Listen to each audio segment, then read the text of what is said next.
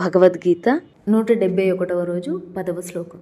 వీతరాగ భయక్రోధ మన్మాయ మాముపాశ్రిత బహునో జ్ఞానతపస పూత మద్భవ మగతాః. వీతరాగ భయక్రోధ మన్మాయ మాం ఉపశ్రితః హవాః జ్ఞానతపస పూతః మద్భావం అగతః.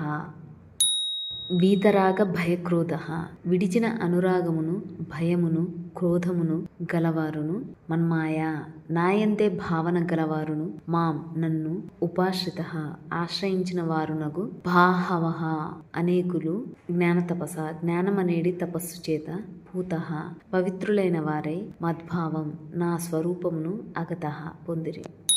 అనురాగము భయము క్రోధము వీడిన వారు దృఢమైన భక్తి తాత్పర్యములతో స్థిరబుద్ధి కలిగి నన్ను ఆశ్రయించిన భక్తులు పెక్కుమంది జ్ఞాన తపస్సంపన్నులై పవిత్రులై నా స్వరూపమును పొంది ఉన్నారు.